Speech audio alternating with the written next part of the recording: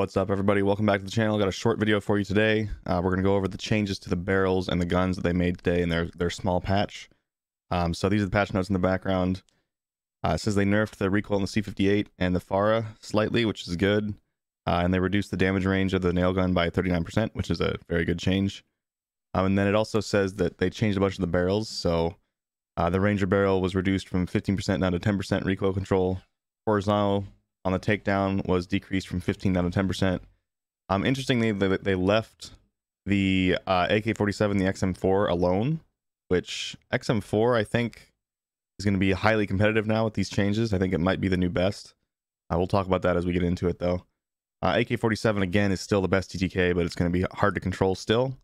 But it's one of those guns that if you can learn to master it, it'll probably be the best in the game for you. Then reinforced heavy. Again, they decreased the recoil control, except for, I know this was for all of them. This wasn't just for the, a few of them. This was for all the weapons. And then Task Force, Spetsnaz, all these barrels, basically the last barrel, was decreased from 10% or 15% down to 10% recoil control, which is a good change again. They really made these Cold War guns way too good in this most recent update. So these are good changes, but let's go through and get you some hard numbers on how this changes things and explain what I think this does to the meta. Before we jump into all the recoil changes, this is a sponsored video, so I've been working with dbrand, which is very exciting. They've just released this new Damascus camo skin for all their hundreds of devices they offer these for. So they've got the normal Damascus, they have a matte black Damascus, a green Damascus, and then a hollow red.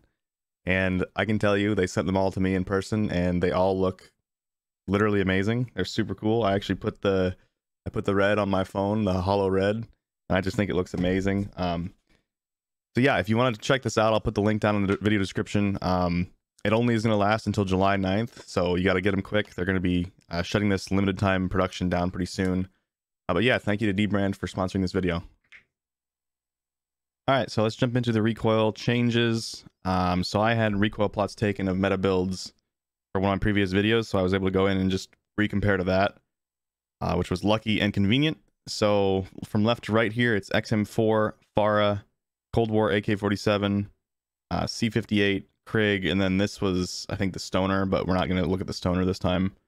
I replaced the Stoner with the post-patch AMAX down here, just so we have something we can compare to that we know what it feels like. So the top is pre-patch, bottom is post-patch. So looking at the XM4, the very first one, you can see that, first of all, the recoil was smoothed out completely. It doesn't have that little hitch to the right in it anymore as it goes up. I don't know why that was changed. They didn't say they changed the XM4 recoil at all, but I shot the XM4 like 5 or 6 recoil plots, and they all came out this way. So I think they actually did change the XM4 recoil a little bit. It's also a little bit bigger in magnitude, and we'll see that when we go look at the numbers here in a second. Next up is the FARA. FARA has a pretty dramatic increase in vertical recoil, so that's really good. It ends right here. The two recoil patterns kind of overlapped, the FARA and the XM4, but it went from being basically less than the Krig to being quite a bit. I mean, it's almost as much as the XM4 now, so that's a really good change. Still really easy to control, still really consistent, but it just has more vertical magnitude. Again, it looked like in the patch notes to me, they said they didn't touch the Cold War AK recoil. But again, the magnitude of the recoil appears to have just increased, similar to the XM4. So I'm wondering if they just across the board increased the recoil a little bit for the Cold War guns for almost all of them, even though they didn't mention it. So it looks exactly the same. It's just a little bit more vertical magnitude, and we'll look at the numbers again in a second. And then we have the C58. So pre-patch C58 had very little recoil, especially for the fire rate. Post-patch has quite a bit more, not a ton more, still very straight and predictable, but just a little bit more vertical magnitude. The Krig is completely unchanged. It looks exactly the same as it did pre-patch. And then again, this one on the right here for post-patch is just, that's the AMAX, a meta AMAX build, so you can compare. Basically, the XM4 is basically like the AMAX in terms of recoil now. It has the same shape almost. It's a little more vertical even than the AMAX. But it basically takes the same shape as the old AMAX now. So let's go look at the actual numbers. Since I had these measured at a standard distance, I was able to actually just calculate the percentage changes and everything. So first up, XM4 horizontal was slightly less. I mean, this is a small amount less, but it is like a change in the recoil pattern. It's just narrowed up a little bit and doesn't have that hitch anymore. So it's going to be a lot better than it was before, I think, even though it has 17% more vertical. The FARA, it looks like it has a huge increase in horizontal, but that's just because it had almost no horizontal before. So the percentage change was really big. It still doesn't have very much horizontal recoil at all, even though it had a huge change, an increase in 480%. Vertical recoil had a 50% increase though. Went from 100 pixels to 150 pixels tall. So that's a 50% increase. And then the Cold War AK. Cold War AK's horizontal was about the same. I mean, that's negligible difference. Vertical recoil was slightly stronger, but again, 10% is a very small difference. So that could just be variance in testing. I'd say these are all about plus or minus 10%. So Cold War AK might be the same, but this test did come out a little bit more vertical. C58 had a reduction in horizontal. This, I don't know if this was because of the test or if this was variance or what, but again, the horizontal was very small before, so the percentage change looks like it's huge. But really, going from 29 pixels left to right to 10 pixels left to right is not a huge difference. So even though the percentage change is massive, I don't think the horizontal recoil got touched at all. Vertical recoil, 44% increase. Probably the same increase as the FARA, whatever that exact number is. Maybe it is 50%. But it's a pretty significant increase to vertical recoil, so that's a good change. C58 was an absolute beam before, just like the FARA. Now it'll be a little harder to control, but it has good TTKs, so I think it's still going to be a great option. And then, like I said, the Krig didn't change. The numbers were almost identical. The recoil pattern looked exactly the same. So overall, how do I think this is going to affect the meta?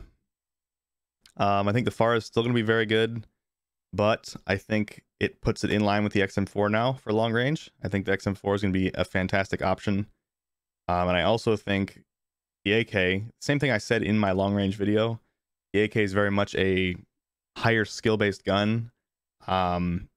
It has the best TTKs, but it's also probably the hardest to use. And I still think that's true. So if you want something to try to master that can beat pretty much every other gun in the game if you get really good at it, then try to work with the Cold War AK. If you want something that's a little easier to use, XM4 is going to have good TTKs and be much easier to use than the AK. And then basically the new FARA is going to be the Krig. So if you need something that has no recoil, the Krig is going to be your new go-to gun for sure. And the meta build for me for all of these was just agency suppressor, last barrel, field agent equivalent foregrip, underbarrel, and then I use, depending on the gun, 45 or 60 round mag, and then the 3x optic. So yeah, that's basically it. The Krig is going to be the new FARA as far as accuracy goes. The FARA is still super accurate. It still has very little visual recoil.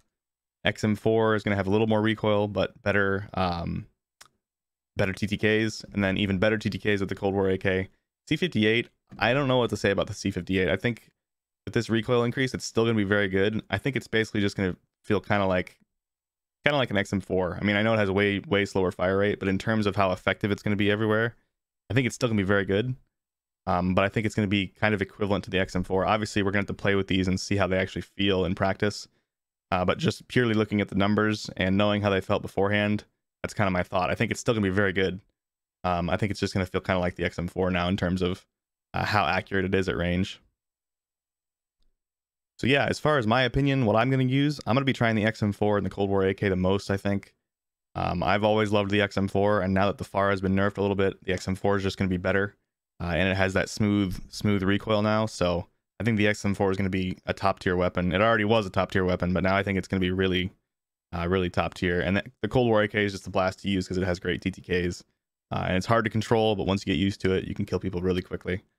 But yeah, as always, if you guys like the content, consider dropping that sub. I'm trying really hard to hit 200,000 subscribers by my 1-year anniversary of the channel, which is going to be, I think it was like August 13th or something, but that's kind of my goal, 200,000 subs by then. So if you want to help me out, consider dropping that sub. As always, hope you guys found this useful and informative, and I will see you in the next video.